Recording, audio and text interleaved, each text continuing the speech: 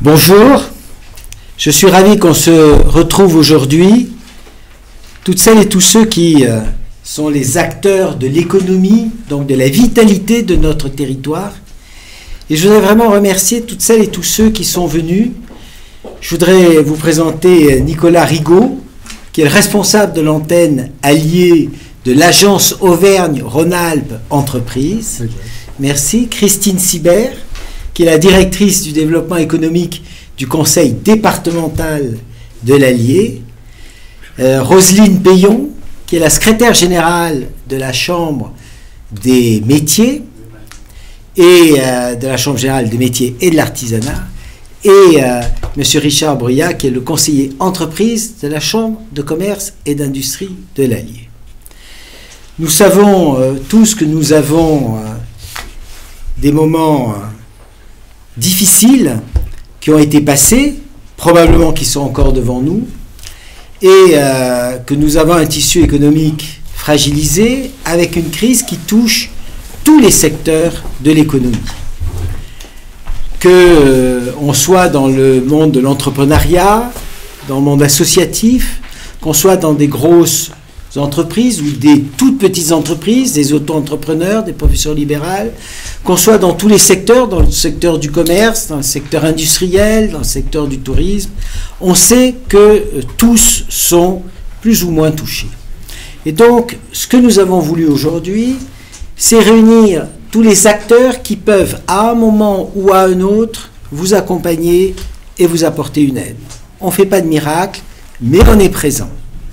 Alors, il y a eu évidemment tout ce que l'État a mis très vite pour faciliter ou faire en sorte que ce passage difficile soit le moins pénible possible, mais on sait qu'on sort tous avec des difficultés, et donc nous allons vous dire comment on essaye de vous accompagner, chacun avec ses moyens. Je reprendrai très rapidement ce que la collectivité a voulu organiser, et après, que ce soit l'action de la région, l'action des grands acteurs, nous allons vous dire tout ce que a été mis sur pied et les portes que vous avez à ouvrir pour trouver les soutiens dont vous avez besoin. J'ai personnellement considéré qu'il y avait vraiment 3 temps. Le premier, on était dans la période encore de confinement, il y avait des commerces fermés, évidemment les restaurants étaient fermés, des entreprises étaient en difficulté, et donc la première chose que nous avons cherché à faire, c'est à permettre de favoriser le maintien d'une vie des Moulinois face à leurs commerçants, face à leurs restaurateurs, même si certains étaient fermés. Et nous avons voulu faire en sorte que la fin du confinement soit la plus préparée possible et qu'on donne une envie forte aux Moulinois, aux Bourbonnais de façon générale, eh bien de sortir, d'aller retrouver leur commerce, d'aller retrouver leur restaurant et de consommer. D'où la première chose qu'on a fait, c'est des chèques, chèques cadeaux, chèques restaurants, chèques loisirs, qui ont tous une particularité, c'est que 20% du montant du chèque sont pris en charge par la collectivité, que ce soit la ville de Moulins ou que ce soit la communauté d'agglomération. Donc on a mis sur pied 100 000 € de chèques cadeaux, 20 000 pris par la ville et 50 000 € de chèques resto, 10 000 pris par Moulins Communauté et des chèques loisirs. L'objectif était de donner aux Moulinois, aux Bourbonnais, l'envie d'aller consommer, l'envie de sortir, dans toutes les conditions de sécurité, ça va de soi, mais surtout d'aider à leur pouvoir d'achat pour qu'ils puissent venir alimenter ce qui vous fait vivre, c'est-à-dire des ventes dans des commerces qui avaient été fermés ou dans les restaurants. Je rappelle que lorsque les restaurants étaient fermés, j'achetais un chèque restaurant de 15 €, je le payais 12, mais les 12 et les 3 apportés par Moulins Communauté étaient versés dans les 3 jours aux restaurateurs. Deuxièmement, nous avons voulu que pour les commerces qui étaient fermés, eh bien, depuis son chez-soi, on puisse acheter. C'est l'adhésion de la ville de Moulins à la plateforme Ma Ville, Mon Shopping, qui permettait à des commerces fermés d'avoir des ventes sur certains moulinois. Et évidemment, ça va continuer puisque cette adhésion à la plateforme Ma Ville, Mon Shopping est évidemment durable. Voilà, nous avons eu un certain nombre d'actions. Nous avons évidemment accompagné nos restaurateurs notamment, en faisant en sorte que les droits de terrasse soient annulés pour cette année, que les extensions de terrasse répondent aux attentes et donc aux besoins pour permettre à un restaurateur de faire respecter les règles de distanciation. Je rappelle que les terrasses ont été doublées, pratiquement, il y avait 1700 mètres carrés de terrasses, il y en a aujourd'hui le double. Tout est sans droit de terrasse, sans droit d'enseigne. Et donc, on a essayé de préparer la sortie du confinement. Après, il y a de l'urgence. L'urgence presque au sens médical. C'est-à-dire qu'il y a des entreprises, des restaurateurs, des commerçants, des artisans, des PME, etc., qui vont avoir de très grosses difficultés. Et il va falloir les aider dans l'urgence pour qu'elles puissent traverser cette phase difficile. Il y a, évidemment, on l'a dit, tous les moyens qui ont été mis par l'État. Il y a aussi ce que nous avons voulu faire, c'est-à-dire l'adhésion de Moulins Communauté au fonds de la région pour que vous puissiez avoir accès à une aide.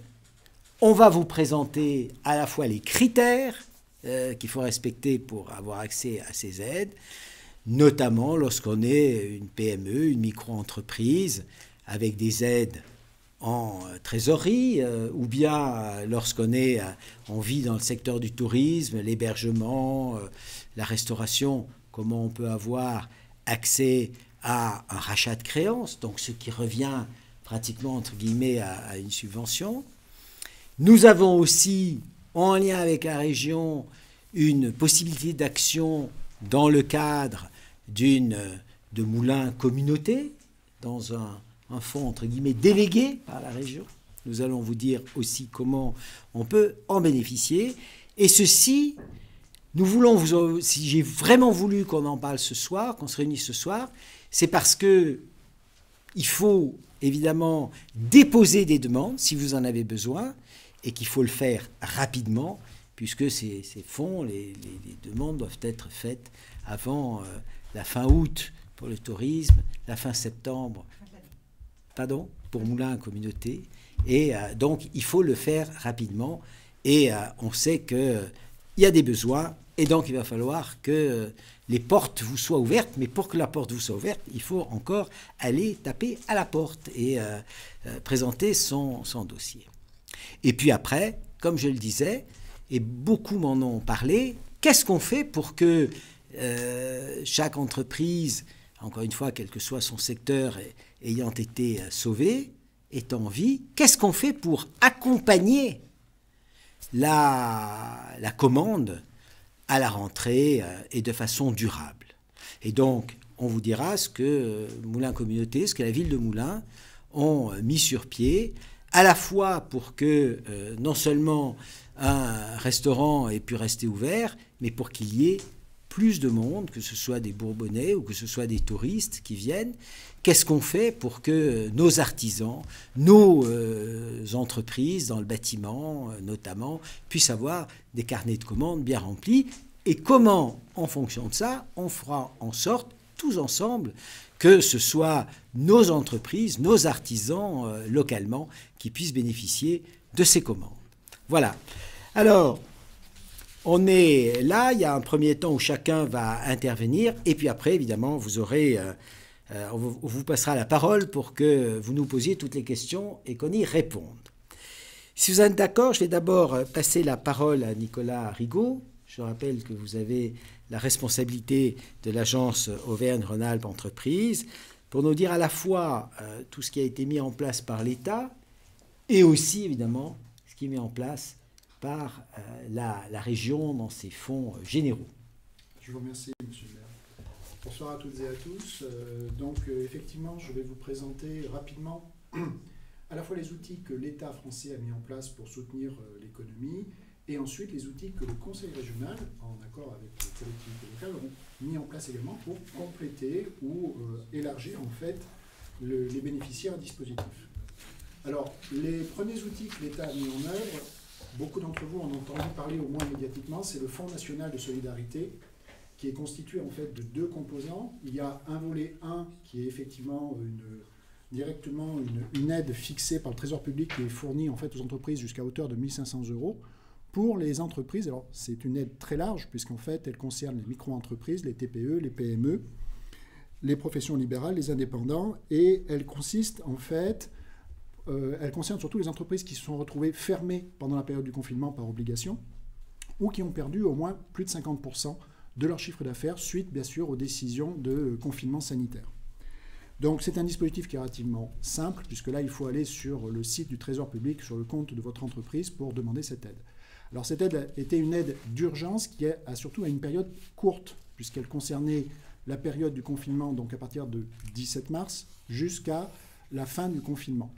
Elle va donc, les entreprises peuvent donc y faire appel pour la période de mars, avril, mai, jusqu'à présent. La date limite pour demander ces aides au maximum de 1 500 € par mois sera fixée en fait au 30 juin. Donc c'est ça. Alors le Fonds national de solidarité, c'est vraiment un outil qui intervient pour les entreprises qui n'ont vraiment plus eu aucune activité et je dirais au préalable qui n'ont pas bénéficié d'un accord de la part de leur banque ou des autres services pour bénéficier d'un prêt de trésorerie pour suppléer à la perte de chiffre d'affaires. Donc ça me permet en fait, avant d'aborder le deuxième outil important de l'État, le prêt garanti par l'État, de faire juste un petit aparté. Il est évident qu'avant d'aller identifier des outils publics qui peuvent vous aider, et comme l'a très bien souligné Monsieur le maire, il y a un grand nombre d'outils, c'est peut-être même un peu le problème, des fois on se perd un petit peu dans le foisonnement des dispositifs. Il est très important d'identifier avec l'expert comptable de l'entreprise les besoins en trésorerie, les sorties financières qui vont avoir lieu sur l'année, l'estimation de la perte de chiffre d'affaires, de telle sorte à ce que le chef d'entreprise puisse avoir un entretien, bien sûr, avec son banquier pour pouvoir identifier déjà les outils que la banque va autoriser. Pourquoi je donne cet aparté? C'est tout simplement que l'outil très important dont on n'a pas entendu parler médiatiquement, c'est le prêt garanti par l'État. Le prêt garanti par l'État, c'est un prêt à taux zéro, c'est-à-dire il n'y a pas d'intérêt sur ce prêt, qui est d'une durée qui peut monter jusqu'à 5 ans et qui peut représenter jusqu'à 25% de la perte de chiffre d'affaires par rapport à l'année comptable antérieure. Alors c'est un prêt qui est intéressant parce qu'il a un différé au moins de 12 mois. Ce qu'il faut bien comprendre, c'est que ce prêt va être accordé si le chef d'entreprise a eu l'accord de sa banque pour pouvoir bénéficier d'un prêt de trésorerie. C'est pour ça que j'insiste sur le fait qu'il faut bien évidemment qu'il y ait eu un entretien avec son banquier, qui est accord ou pas accord, de manière à savoir quels sont les outils à activer. Le prêt garanti par l'État, comme le prêt région dont je parlerai ultérieurement, sont des outils qui sont activés si la banque vous a octroyé un prêt de trésorerie pour dire « je comprends votre situation, vous êtes dans le désarroi, je vous octroie un prêt qui va vous permettre de passer cette période difficile où votre chiffre d'affaires a énormément baissé ou alors a même été absent ». Donc pour le prêt garanti par l'État, je vous ai donné les principales modalités. La date limite pour demander un prêt garanti par l'État, c'est le 31 décembre de cette année. Voilà. Vous fixerez ensuite les modalités. Autre outil sur lesquels l'État est intervenu, c'est tout simplement éviter en fait les prélèvements sociaux et fiscaux qui évidemment peuvent peser de manière considérable sur la comptabilité des entreprises lorsqu'il n'y a pas de rentrée de chiffre d'affaires, bien évidemment. Donc là, je ne vais pas m'appesantir, mais effectivement, que ce soit les charges sociales, les impôts, là, il faut se rapprocher effectivement de la direction départementale des finances publiques pour demander éventuellement des reports de charges, de reports de prélèvements, et la même chose vis-à-vis de l'URSSAF pour les charges salariales. Voilà ce que je pouvais dire grosso modo sur les principaux éléments liés par rapport à ça. Juste un petit élément pour finir sur le Fonds national de solidarité. Il y a un cas un peu particulier, ce sont pour les acteurs du tourisme, de manière large, de l'hébergement et de la restauration. Le Fonds national de solidarité va se prolonger, vraisemblablement, on attend encore les textes, exceptionnellement jusqu'au 31 décembre pour prendre en compte la perte de chiffre d'affaires sur la saison touristique. Je vais aborder le volet 2 du Fonds national de solidarité. Je vous ai parlé d'un volet 1, donc bien évidemment il y a un volet 2. Ce volet 2 est un fonds complémentaire octroyé par le Conseil régional.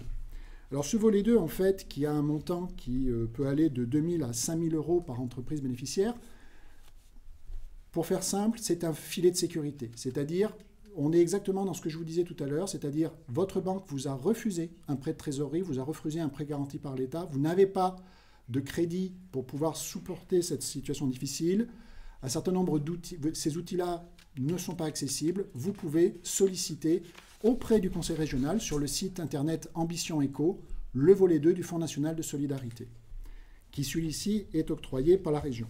Par contre, là, comme c'est une aide de la région, ces modalités sont légèrement différentes de celles du volet 1 du FNS. Et là, vous avez jusqu'au fin juillet 2020 pour pouvoir faire votre demande de volet 2 sur le Fonds national de solidarité.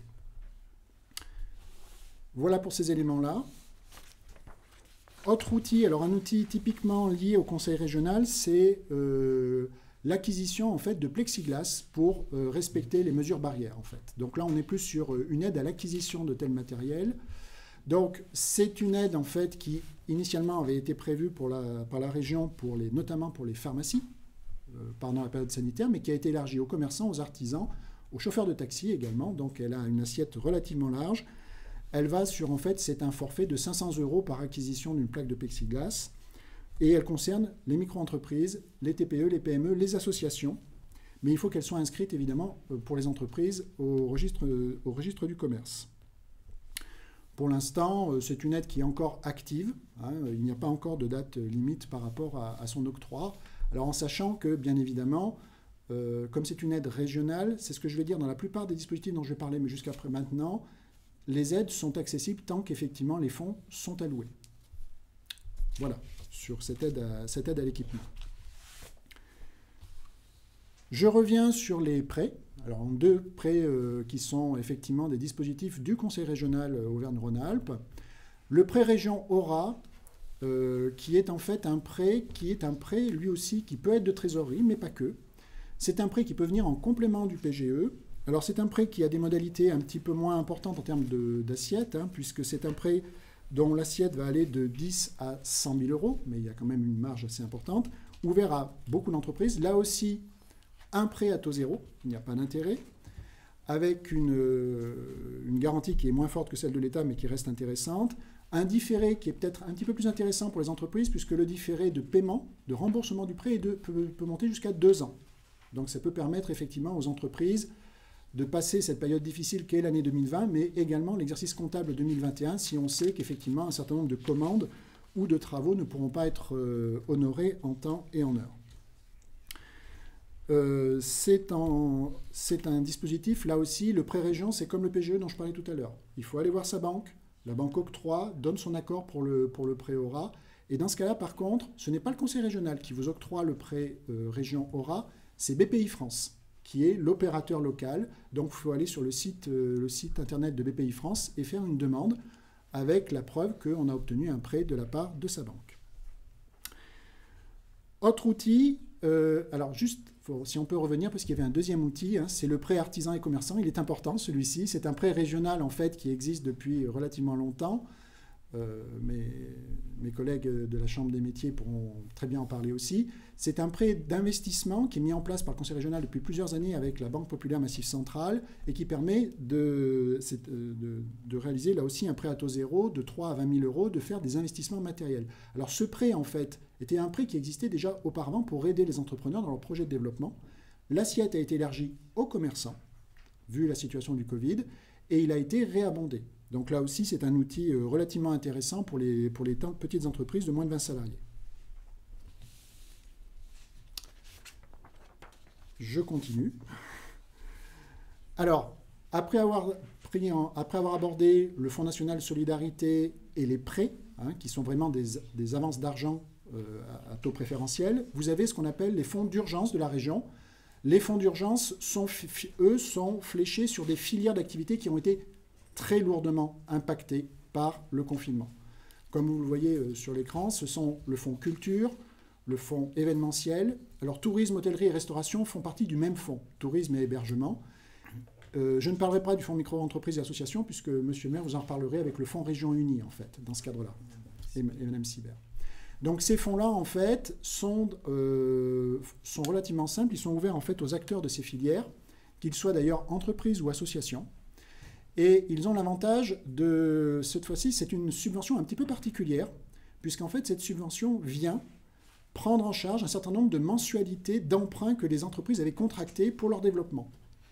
Donc c'est quand même une somme d'argent qui est fixée pour rembourser ces emprunts, mais cette somme vous est d'abord versée avant de rembourser les emprunts.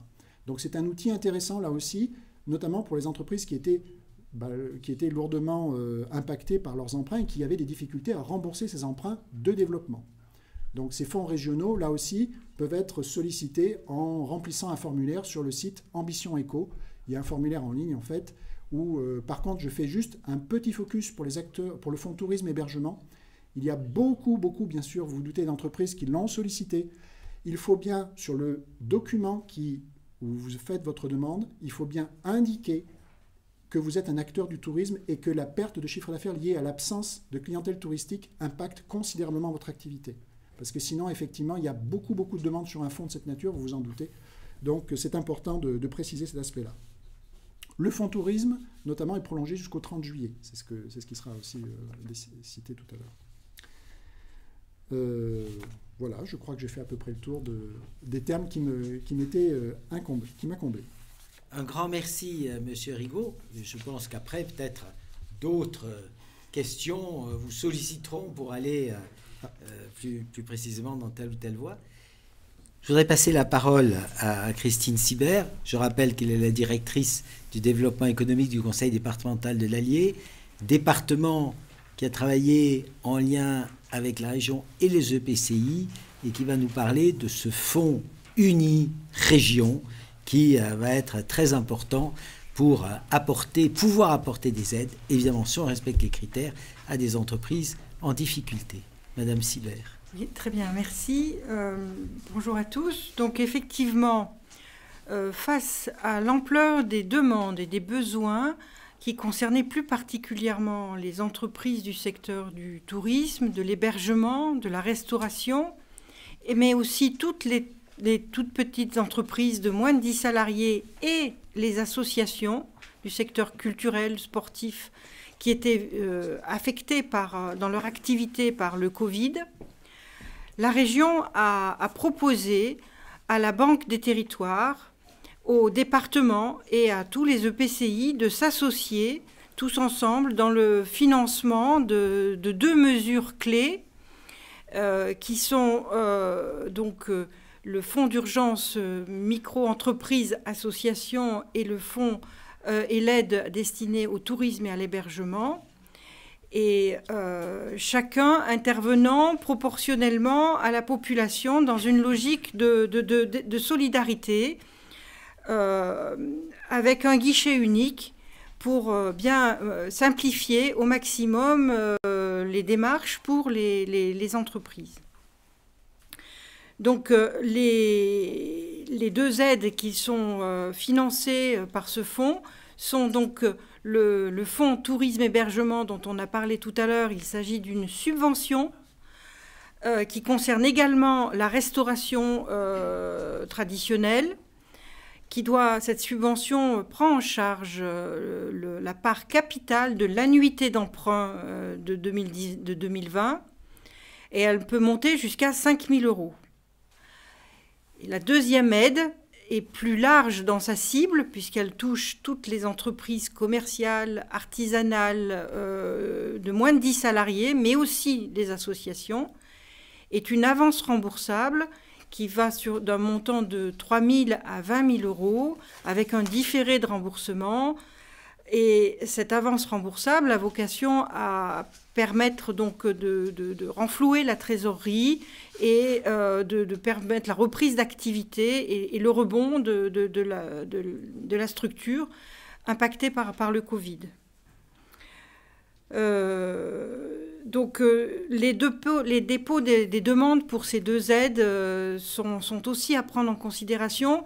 L'aide pour la subvention tourisme et hébergement a été prolongée jusqu'au 31 août de cette année. Donc là, vous avez la possibilité encore de déposer des dossiers jusqu'à la fin de l'été. Et l'avance remboursable micro-entreprise association est ouverte. Vous pouvez déposer votre dossier jusqu'à la fin de l'année 2020.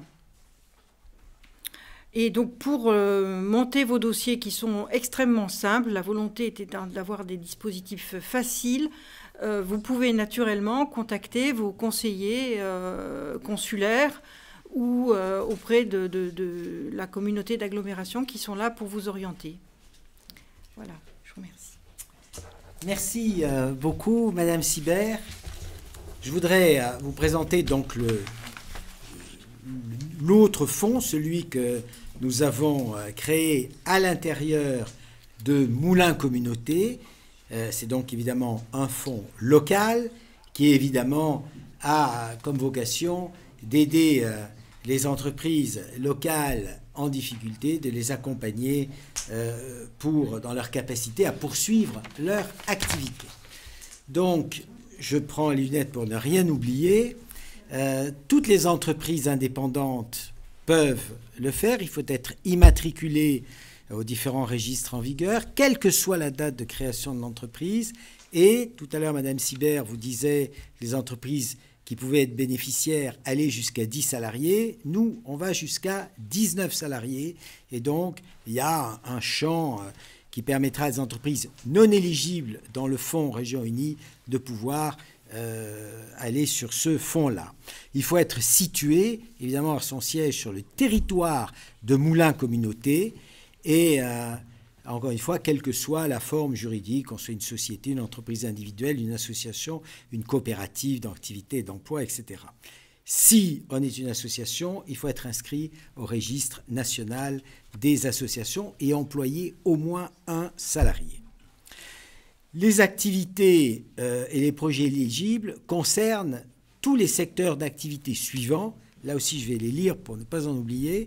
Le commerce, l'artisanat d'art, les services à la personne, le tourisme, le transport, la manufacture, la remise en forme, le loisir et l'exploitation agricole dont l'activité de diversification est impactée par la crise.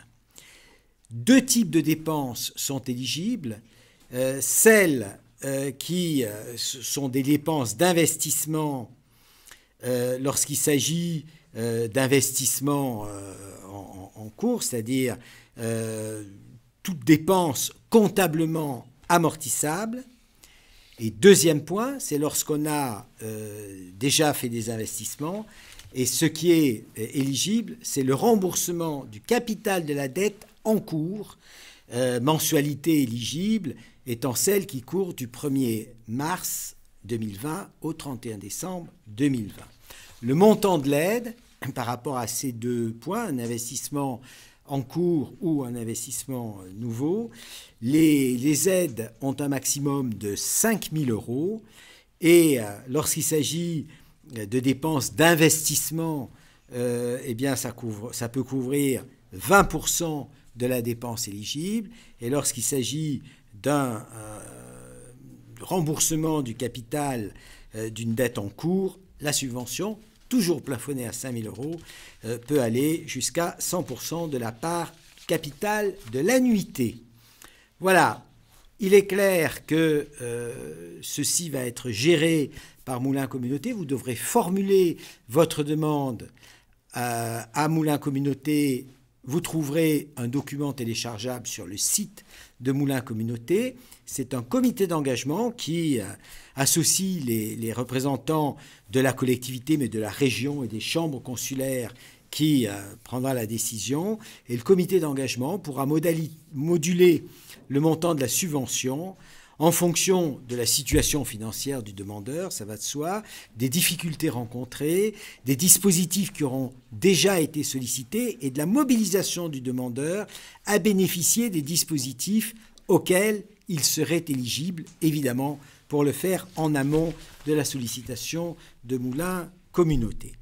Voilà, je crois que vous avez là une présentation des portes auxquelles vous pouvez frapper pour pouvoir solliciter une aide. Encore une fois, il y a des critères et ces critères seront pris en compte par les comités d'engagement, mais il faut le faire et je le dis, il faut le faire vite. Vous avez entendu les dates limites de dépôt de dossiers. Pour certains, c'est à la fin août, pour certains, c'est fin septembre. Eh bien, il faut le faire parce que nous avons des accords avec nos grands partenaires, la région, évidemment le département et nous-mêmes, pour que les sommes mobilisées soient bien utilisées sur notre territoire. Mais évidemment, il faut qu'il y ait des demandes. Et donc, nous avons mobilisé beaucoup de moyens pour ce qui concerne Moulins Communauté.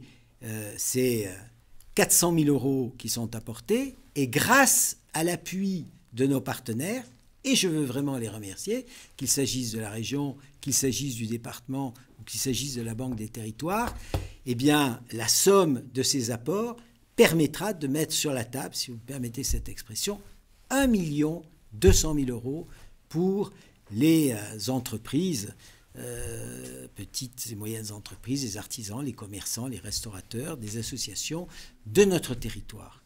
Donc, on s'est vraiment mobilisé pour que ces fonds d'urgence, en aval des fonds qui vous ont été présentés, c'est-à-dire toutes les actions de l'État, les actions hors de ce fonds de la région, eh bien, Moulins Communauté, avec ses partenaires, le département et la région, vous permet d'avoir accès à des aides dont la totalité représente 1 200 000 €.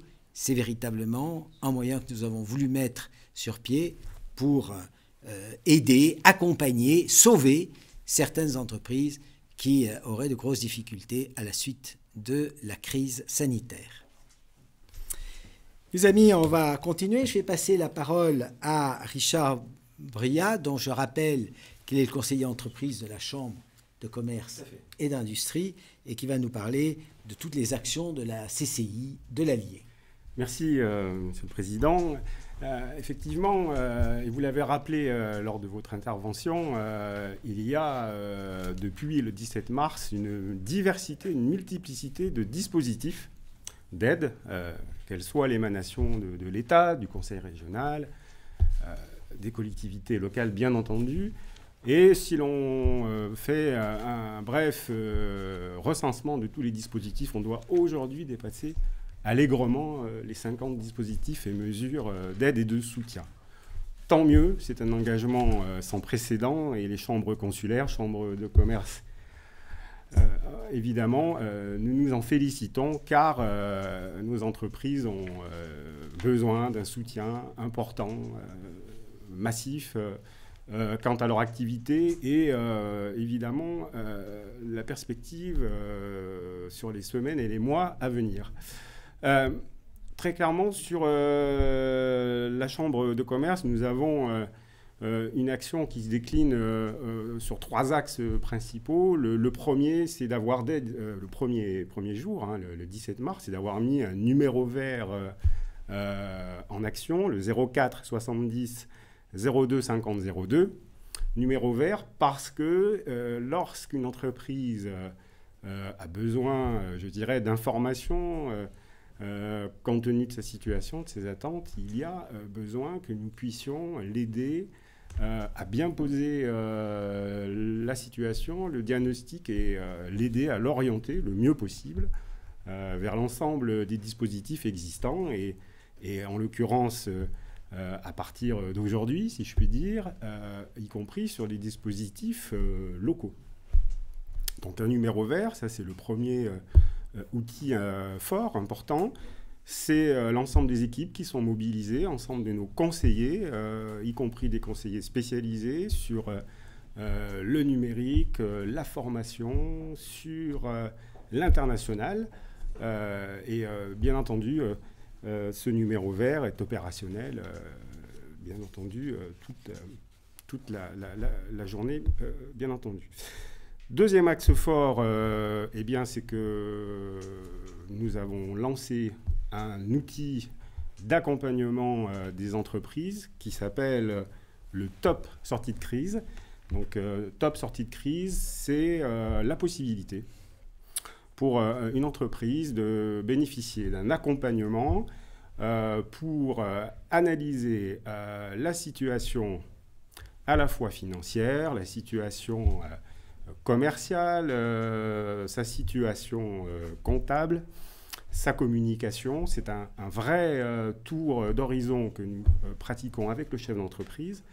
Et je tiens à souligner que ce dispositif, Top Sortie de crise, donc, est un dispositif gratuit qui bénéficie d'un financement du Conseil régional et de l'Europe.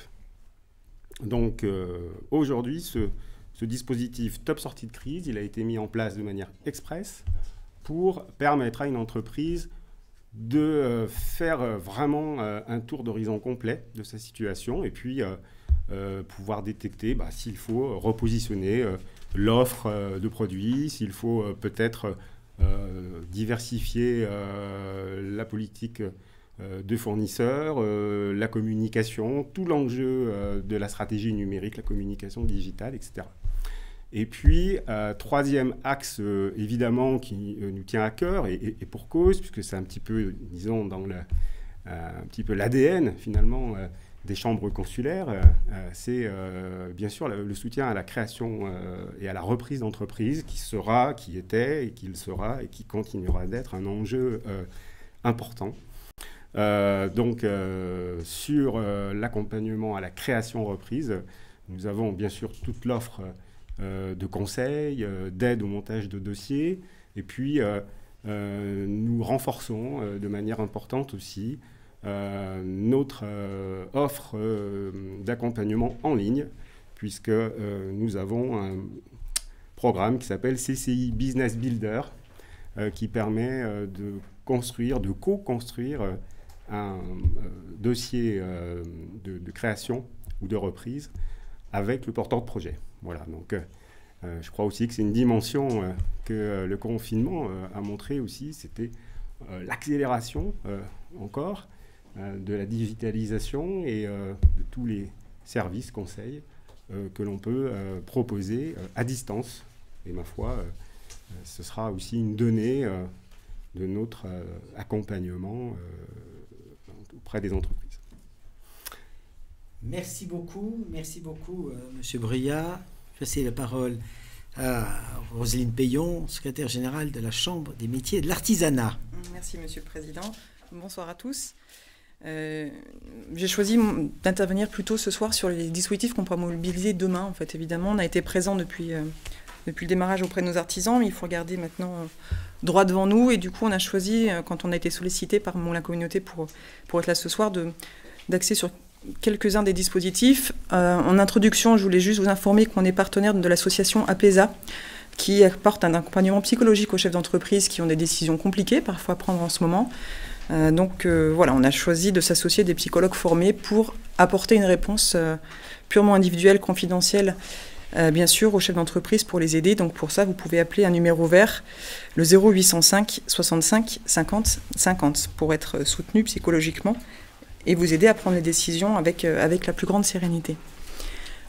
Au-delà de ça, on a travaillé avec nos partenaires locaux, privés et publics, notamment Moulins Communauté, sur des actions d'accompagnement aussi de nos artisans avec différents formats. Un format plus court pour ceux qui ont des questions peut-être moins complexes ou qui sont vraiment dans l'attente d'une réponse très très rapide. C'est un dispositif qui s'appelle Appui et qui permet de bénéficier de 3 à 14 heures d'accompagnement pour, bien entendu, commencer par un petit diagnostic et puis derrière, aller construire un plan d'action très express. C'est une action courte qui se contracte sur 1 mois et demi. Et puis pour les entreprises qui ont un projet peut-être un peu plus complexe ou qui doivent faire face à des réorganisations, des ajustements plus lourds, parfois certains ont des vrais changements de stratégie à opérer, certains ont des réorganisations assez sensibles à mettre en œuvre au sein des entreprises. On a un dispositif plus long qui s'appelle le contrat artisanat, donc qui est soutenu par Moulins Communauté, par le Conseil régional Auvergne-Rhône-Alpes et par Groupama, et qui permet d'avoir un consultant qui vient dans l'entreprise, qui travaille avec le chef d'entreprise sur plusieurs jours, plus de la formation pour monter en compétences pour que ce changement-là soit durable. Donc l'idée, c'est de mobiliser l'un ou l'autre, également intégralement pris en charge par des partenaires, pour s'ajuster, on va dire, durablement et réagir de façon pérenne à cette crise. Certains ont fait preuve de bonnes idées, de résilience assez extraordinaire, et l'idée, c'est aussi de pouvoir conforter ce qui a pu être mis en œuvre ou aller chercher de nouvelles idées pour vivre bien et mieux demain, une fois que cette phase la plus tendue est passée. Et puis on a également travaillé notamment avec Moulins Communauté qui souhaite investir lourdement sur les marchés publics pour proposer des réponses à nos artisans du bâtiment plus spécifiquement. Et donc on propose une offre de formation spécifique bâtiment pour aider nos artisans à répondre aux marchés publics qui sont lancés donc par Moulins Communauté ou Eolea, pour vous aider directement à répondre à ces marchés seul ou en groupement, les deux options sont possibles. Et pour que ce ne soit pas un frein, on a décidé de prendre en charge, la Chambre de métier, ces formations intégralement. Il n'y a pas de coût pour les entreprises qui participent. Donc là, l'idée sur cette brique-là spécifiquement, c'est bien d'accompagner la réponse aux marchés publics qui vont être lancés très prochainement sur le territoire et permettre aux artisans du bâtiment de s'en saisir et de capter les marchés qui vont être proposés. Voilà. Merci beaucoup, madame. Et puis, au-delà de vos interventions, merci pour ce que font la Chambre de commerce et industrie et la Chambre des métiers et de l'artisanat. Si vous êtes d'accord, je repasse la parole à M. Bruyat pour nous parler de tout ce qui peut être fait concernant les charges sociales. Oui, effectivement, ça faisait partie des sujets qui ont été, et des dispositifs qui ont été tout de suite mis en place par le gouvernement, en l'occurrence. Ces dispositifs qui concernent les charges sociales sont en fait sur deux axes principaux. Le premier, c'est la possibilité de report pour les cotisations patronales, c'est-à-dire notamment pour toutes les cotisations qui relèvent d'un emploi. Et puis, bien entendu, également le report des cotisations concernant la couverture sociale des indépendants. Donc là aussi, ces dispositifs de report continu sont toujours opérationnels, avec pour la couverture sociale des indépendants une annonce qui a été faite concernant la possibilité d'exonération de ces cotisations durant les mois de fermeture, d'arrêt d'activité, possibilité d'exonération qui a été aussi annoncée pour la filière, notamment des cafés, hôtels, restaurants, puisqu'elle compte parmi les filières aujourd'hui qui ont besoin d'être accompagnées le plus possible. Voilà. Donc, évidemment, l'interlocuteur, en l'occurrence, pour toutes les questions relatives aux charges sociales, c'est l'URSSAF, bien sûr. Et puis, d'autres dispositifs sont existants, relayés par les caisses sociales, par, je dirais, toutes les composantes de la cotisation sociale, patronale, fiscale. Mais en tout cas, ces dispositifs continuent et ont vocation à, ma foi, exister tant que possible et tant que nécessaire. Merci beaucoup.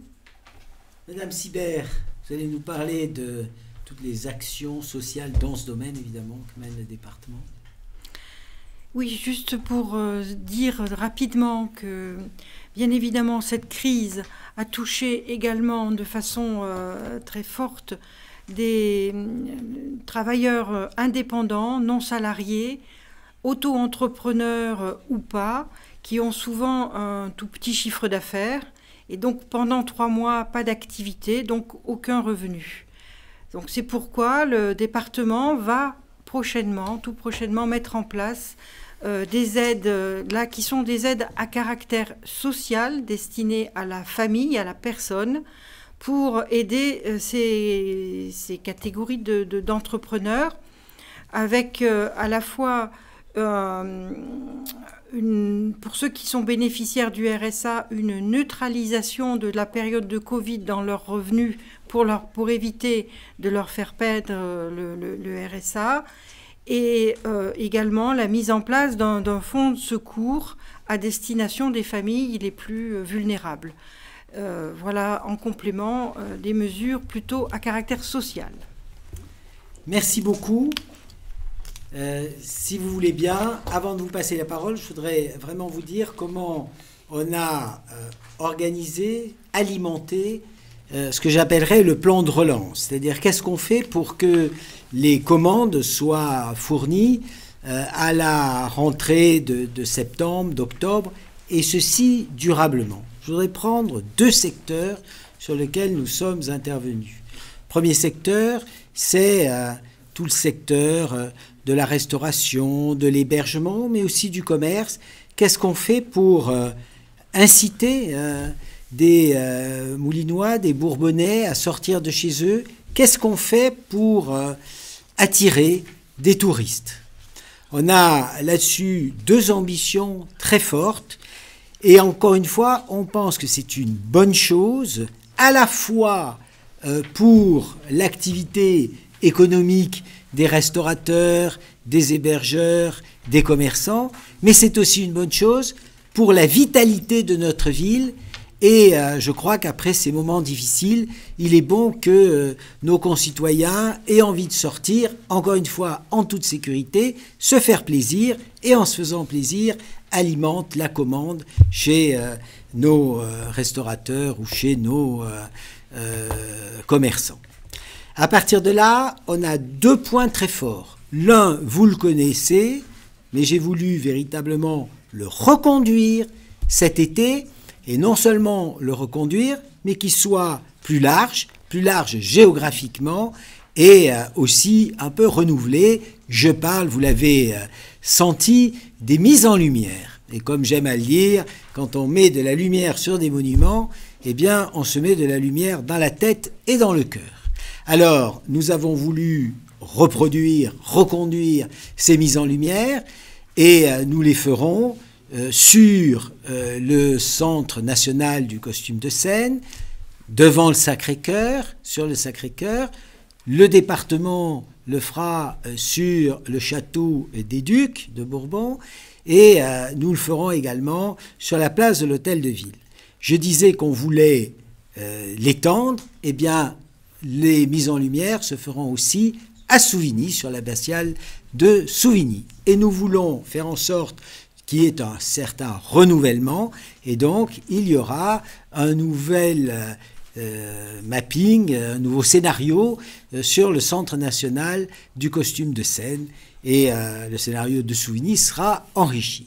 Et donc, ce qui a fait un succès considérable l'an passé, qui a réuni de l'ordre de 200 000 visiteurs, qui a permis d'avoir une augmentation du chiffre d'affaires des restaurateurs, des hébergeurs, entre 25 et 50%.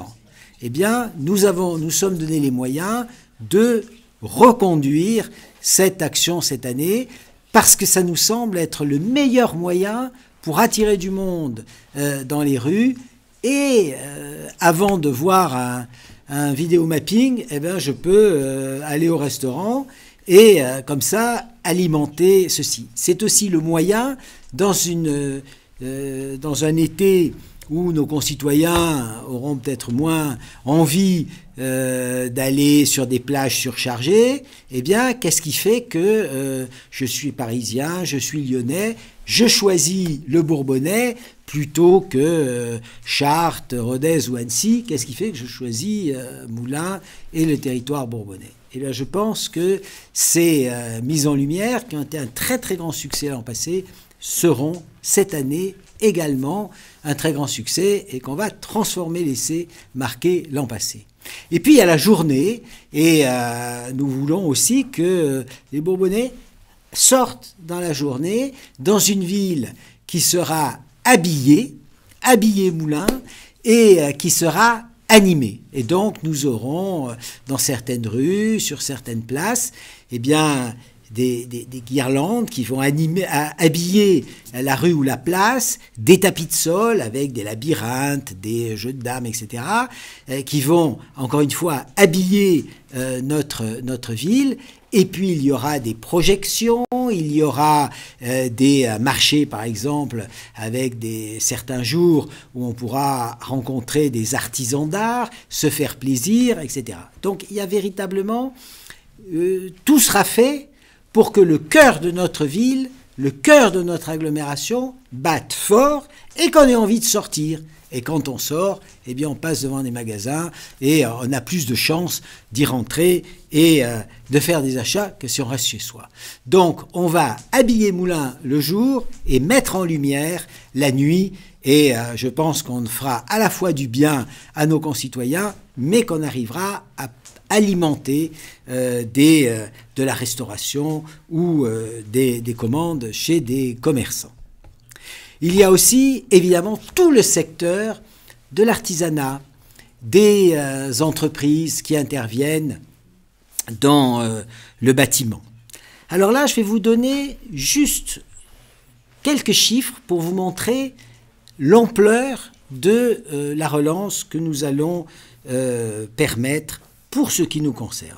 C'est-à-dire quelles sont les commandes qu'on va passer dans les 12 mois à venir. C'est-à-dire quels sont, entre l'été 2020 et l'été 2021, le montant des ordres de service, des projets dont les ordres de service seront signés dans l'année qui vient.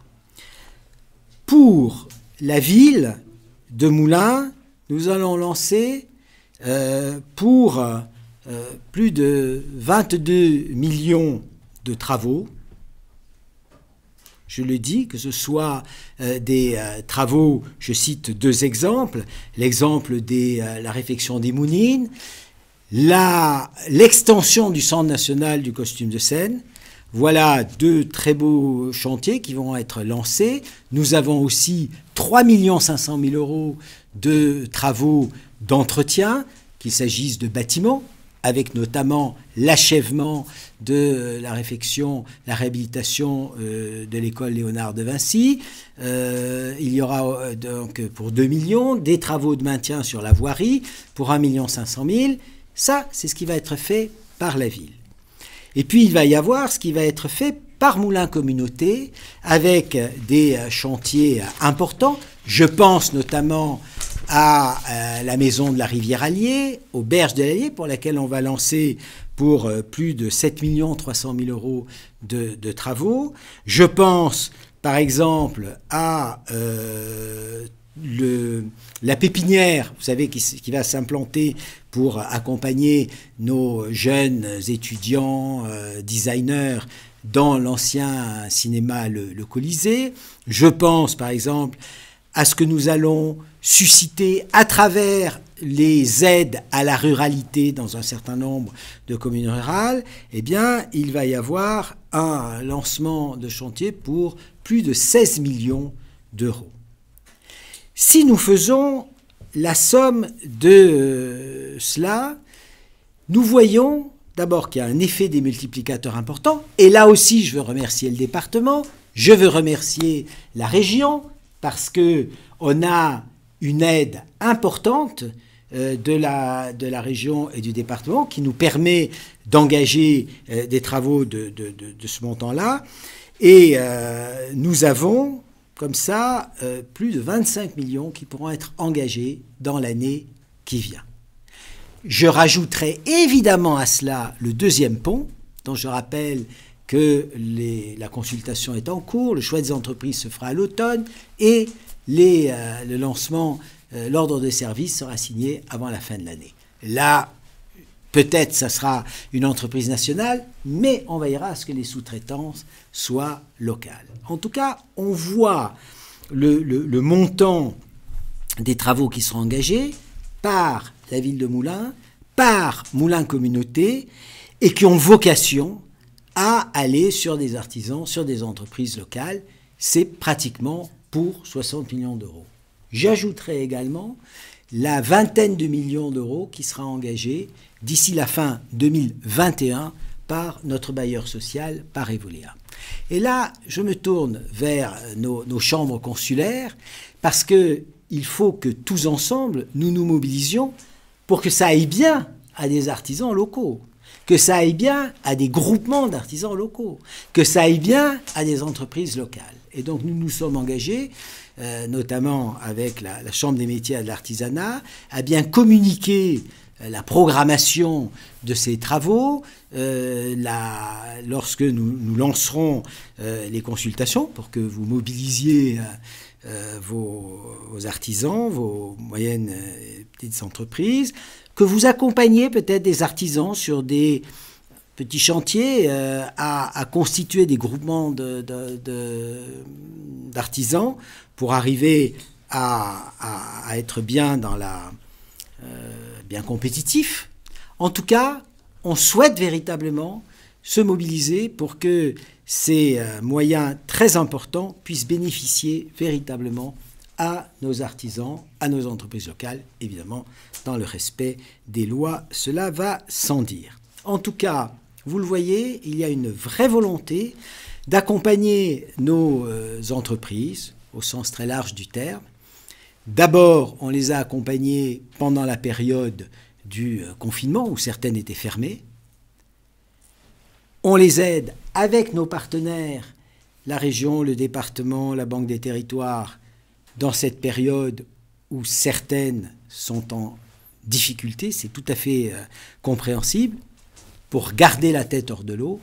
Et nous nous sommes mobilisés pour un plan de relance très ambitieux pour faire en sorte que durablement, je ne parle pas simplement de l'automne 2020, puisque je vous ai parlé de ce qui va jusqu'à la fin 2021, nous leur offrions un plan de commande et nous favorisions pour tous ceux qui, encore une fois, les commerçants, les artisans, pour favoriser le fait qu'il y ait des clients, des consommateurs qui aillent en ville et qui aient envie de se faire plaisir. Et pour les artisans et les entreprises du bâtiment, eh bien pour que ensemble nous fassions un programme qui sera très bon pour vos entreprises et qui sera aussi très bon pour notre ville et pour notre territoire, parce qu'évidemment c'est en bâtissant des projets forts que on accroît la qualité de vie et qu'on augmente l'attractivité de notre ville et de notre territoire.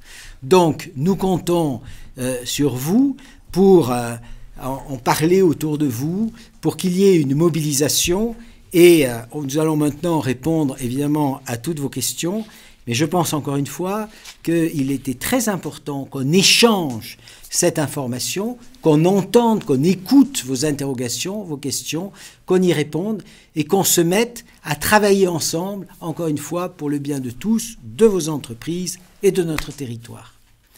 On va vous passer la parole, si vous êtes d'accord, et on va voir donc les questions qui vont arriver.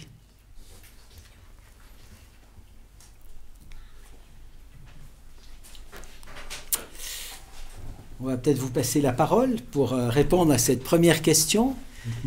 Donc vous allez le faire ensemble, peut-être, hein, monsieur. Allez-y. Alors, je tiens à préciser qu'effectivement, la première question porte sur les fonds d'urgence qui prennent en charge des remboursements du capital d'emprunt. Donc, ce sont des fonds d'urgence régionaux, hein, que ce soit le fonds régional événementiel, le fonds tourisme-hébergement, le fonds culture, qui sont liés à des filières. Alors, en fait, effectivement, ces fonds, la question qu'on peut se poser, c'est se dire, est-ce qu'ils vont prendre en compte la dette telle qu'elle était prévue avant qu'arrive cet événement imprévisible du Covid, ou est-ce qu'il prend en compte le fait que la banque, j'ai par exemple, moi en tant que chef d'entreprise, bénéficié d'un report de remboursement de mes emprunts par la banque. Alors effectivement, l'aide prend bien en compte l'échéancier avant Covid.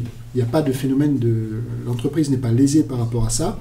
Par contre, eh bien, indirectement, ça génère un phénomène, c'est-à-dire que si vous sollicitez ce fonds d'urgence, qu'il soit tourisme, hébergement ou le fonds événementiel, vous allez bénéficier d'une subvention, entre guillemets, puisque la région va vous octroyer ce remboursement qui va jusqu'à hauteur de 5 000 € des emprunts, et vous allez le recevoir immédiatement, Et ça tiendra compte du fait que vous aurez cet argent, mais ce capital qui est destiné en fait à vous aider à rembourser votre emprunt ne sera activable qu'à partir de fin 2020, voire 2021. Donc, entre guillemets, c'est un effet d'aubaine qui se met en place. Mais effectivement, le capital de l'échéancier, c'est bien celui d'avant Covid qui est mis en place. Juste peut-être une précision sur si vous sollicitez ces fonds d'urgence. Il est évident que si vous sollicitez par exemple le fonds d'urgence régional tourisme hébergement, et comme il y a le fonds d'urgence également de Moulins Communauté, on ne peut pas évidemment bénéficier du cumul des dispositifs, c'est l'un ou l'autre, mais pas l'un et l'autre, c'est normal puisqu'on parle des mêmes emprunts, donc évidemment il faut quand même respecter la légalité par rapport à ça, on ne peut pas être remboursé 2 fois sur le même emprunt. Voilà. Merci. On va peut-être prendre une autre question. Alors, la question, c'est les dispositifs proposés sont le plus souvent adossés à des avances remboursables. Cette avance reste une dette qu'il faudra rembourser et peut donc être pénalisante à terme pour le bénéficiaire. Oui, tout à fait.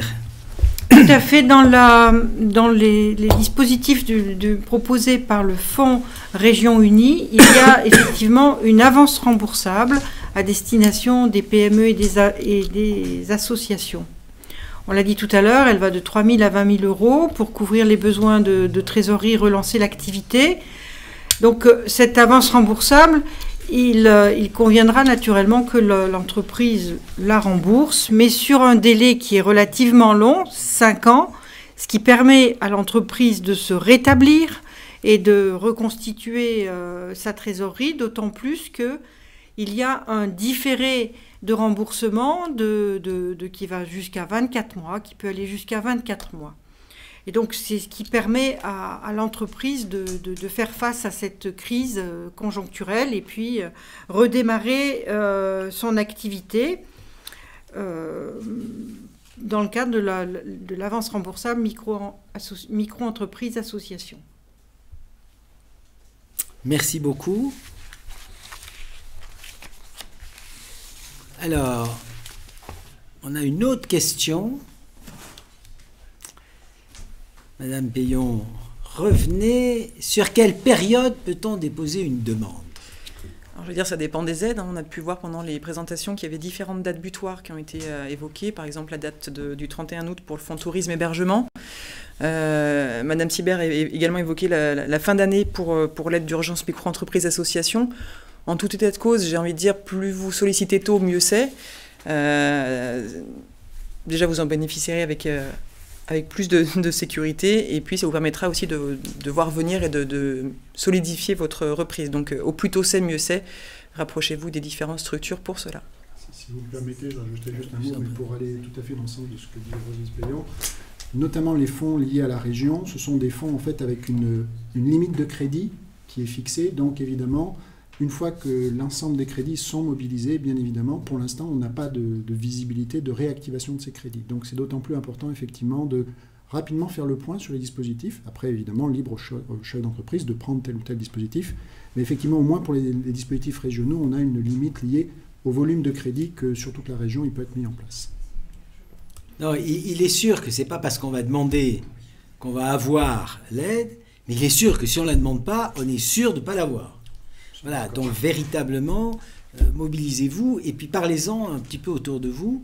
Dans un certain nombre de secteurs, on le sait, on est entre nous, on peut se le dire, qu'il y a eu beaucoup moins de demandes sur des territoires comme les nôtres que sur d'autres territoires de la région, alors qui est très grande, hein, puisque c'est Auvergne-Rhône-Alpes, donc on a peut-être été moins touchés. Mais quand même, comme je sais qu'un grand nombre d'entre vous ont passé des périodes difficiles, eh bien, solliciter une aide. On a une autre question. Même si les démarches annoncées le sont comme étant simples, pouvons-nous être accompagnés ? Bien sûr, effectivement, elles ont l'air simples. Dans les faits, je peux comprendre, vu la multiplicité des dispositifs, que ce ne soit pas forcément si évident pour tout le monde de s'y retrouver. Donc, bien évidemment, vous pouvez être accompagné. Je crois que toutes les personnes présentes ici ce soir, ou toutes les structures qu'elles représentent, sont disponibles pour vous, que ce soit la région, le département, ou la communauté, ou les consulaires. On sera évidemment à votre disposition pour cela, soit via les numéros verts, ou les portes que vous pouvez ouvrir quand on est ouvert au public les uns et les autres. Donc, rapprochez-vous des consulaires ou des collectivités, des acteurs publics, et faites-vous accompagner, il n'y a pas de problème, on est là pour ça, et si c'est pas clair, on reprendra le temps d'expliquer les différents dispositifs pour voir ce qui est le plus adapté à chacun. Merci pour votre présence et votre disponibilité. Merci. Très bien. On me dit qu'il y a de nouvelles questions qui arrivent, mais voilà, on est sur un dispositif de chat en direct, donc il faut arriver à les traduire. Voilà. La réponse à la question est là. La question arrive. On me dit que la question arrive, ne vous inquiétez pas.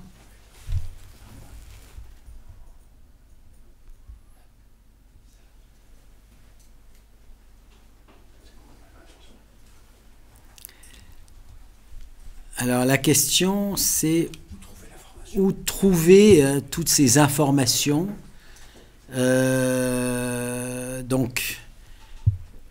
Premièrement, alors, comme c'est moi qui ai la parole, j'ai lu la question. Évidemment, Moulins Communauté est à votre disposition, mais l'ensemble des partenaires ici présents le sont également, qu'il s'agisse de la région, du département et aussi des chambres consulaires, chambres des métiers et chambres de commerce.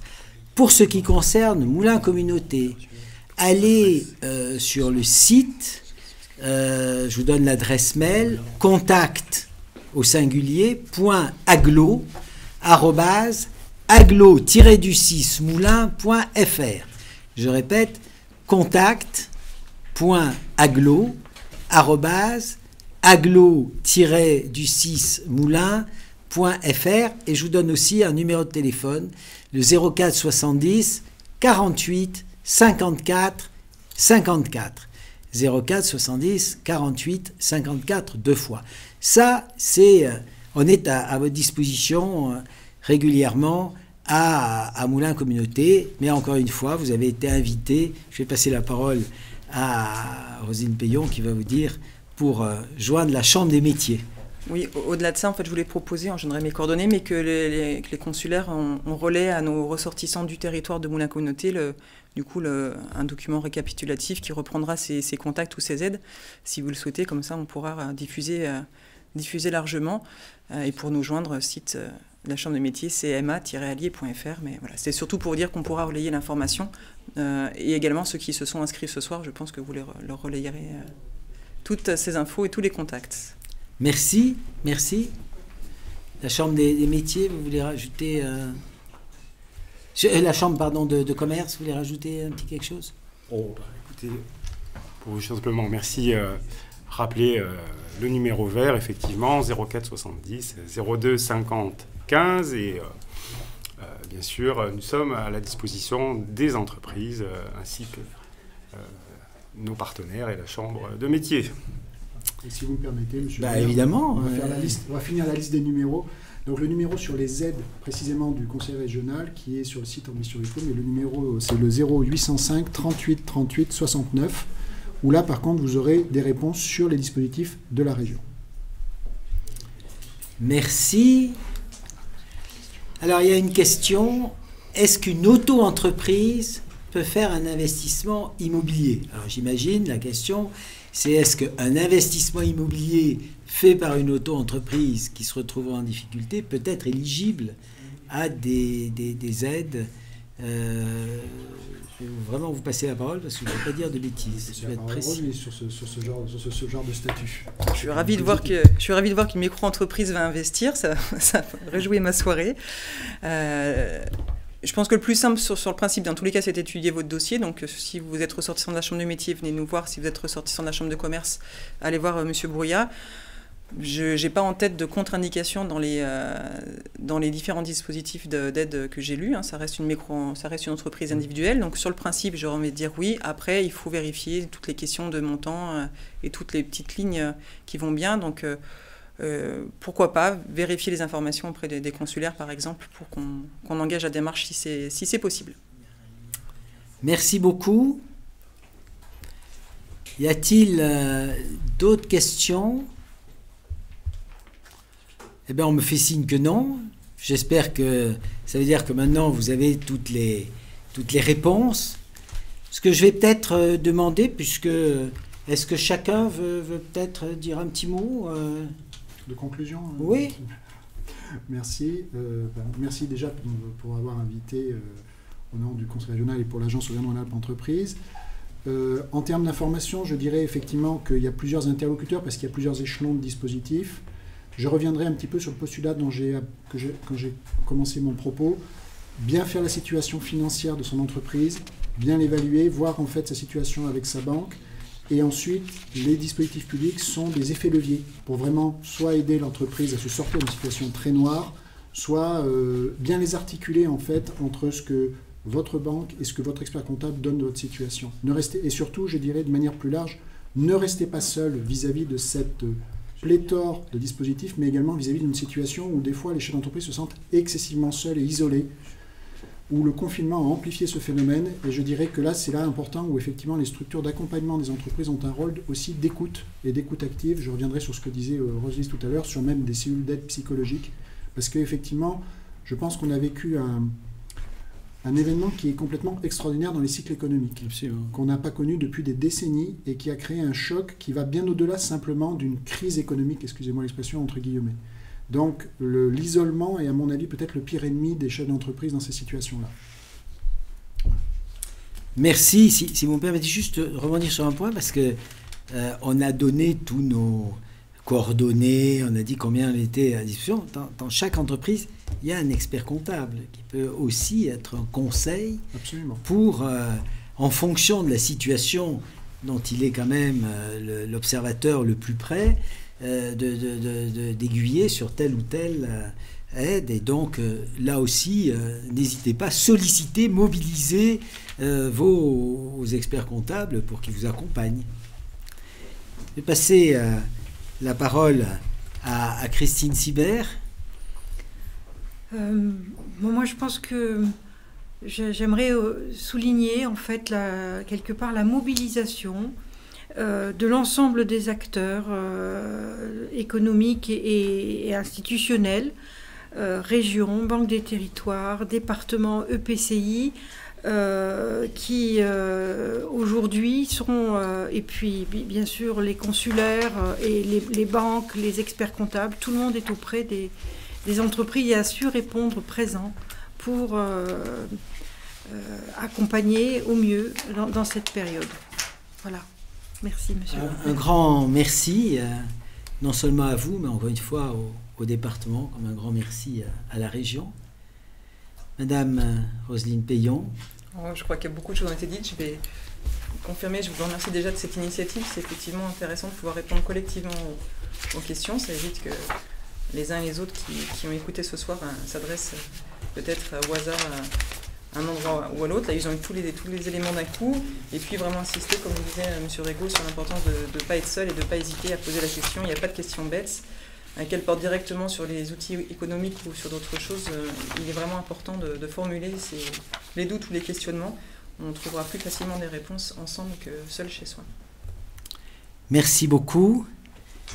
Monsieur Brouillat, pour la Chambre de commerce et d'industrie. Merci en effet pour cette initiative et cette invitation, et je rejoins tout à fait ce qui a été dit sur cette mobilisation et la réactivité de chacun dans la mise en place du dispositif d'initiative. Je crois qu'effectivement on est sur une parfaite collaboration pour être en appui de nos entreprises et effectivement le plus rapidement, avec la réactivité la plus forte possible. Merci. Écoutez, je vais vous remercier pour votre écoute. Je vous remercie surtout pour votre engagement, votre mobilisation. Encore une fois, l'économie d'un territoire, c'est ce qui donne sa force, sa vitalité. Donc on est reconnaissant pour ce que vous faites. Vous avez traversé une crise vraiment exceptionnelle, inédite. Et donc, il est certain que nous devons nous mobiliser tous ensemble à vos côtés, comme nous le faisons. Et je pense que vous avez vu que nous le faisons ensemble. On n'est pas là à tirer chacun dans son coin. On essaye de mettre autour de la table, de réunir les moyens financiers. Si, je disais tout à l'heure, que pour l'action d'urgence, Moulins Communauté avait mobilisé 1,2 million, alors que nous avons mis sur la table 400 000 euros, c'est bien parce qu'on a eu l'accompagnement de la région, du département et même de la Banque des territoires. Et je crois que ce soir, ce qui est important, c'est que vous voyez, toucher du doigt, ce n'est pas nous qui le disons, ce n'est pas un slogan, c'est une réalité. On agit ensemble, on est tous à votre disposition. À partir de là, eh bien, il faut véritablement que vous fassiez les pas pour aller nous mobiliser et solliciter dans les règles une aide des différents fonds si vous pensez pouvoir en bénéficier. Et donc nous serons à vos côtés, à la fois dans cette période, encore une fois, d'urgence. La période d'urgence, c'est la période du présent, c'est celle qui va aller jusqu'à la fin septembre pour que vous déposiez un dossier, fin août d'ailleurs pour tout ce qui concerne le tourisme. Et puis après, on est là, encore une fois, pour faire vous accompagner et, comme je disais tout à l'heure, à la fois donner des raisons de bien se sentir après les périodes un peu difficiles qu'on a passées pour nos Moulinois, pour nos Bourbonnais, et puis aussi pour alimenter vos carnets de commandes. Et donc, vous l'avez vu, on a essayé de le faire, non pas encore une fois de façon très rapide, de faire des coups, pas du tout. Le plan de relance que je vous ai présenté, il va jusqu'à mi-2021 et même fin 2021 lorsque j'ai associé notre bailleur social. Donc on a 18 mois sur lesquels on va tous se mobiliser pour vous accompagner et encore une fois, pour vous, mais aussi pour l'avenir de notre territoire, pour sa qualité de vie, pour son attractivité.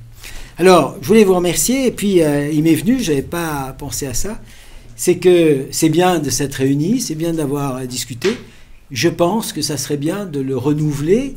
Alors, je ne suis pas le mieux placé pour prendre rendez-vous pour l'avenir, mais je pense que ça serait bien qu'on se retrouve en tout état de cause à la disposition de toutes nos entreprises, nos artisans, nos commerçants, nos restaurateurs, nos hébergeurs, nos associations, et bien qu'on se retrouve, disons, avant le départ, peut-être à la mi-juillet, qu'on puisse se retrouver tous ensemble, parce que je pense qu'il faut établir ce dialogue, ce travail en commun dans le temps. Un très grand merci à vous pour votre présence, un très grand merci à vous pour vos aides, votre mobilisation, et un très grand merci à vous pour ce que vous faites. On est à votre disposition. Merci, à bientôt. Bonsoir.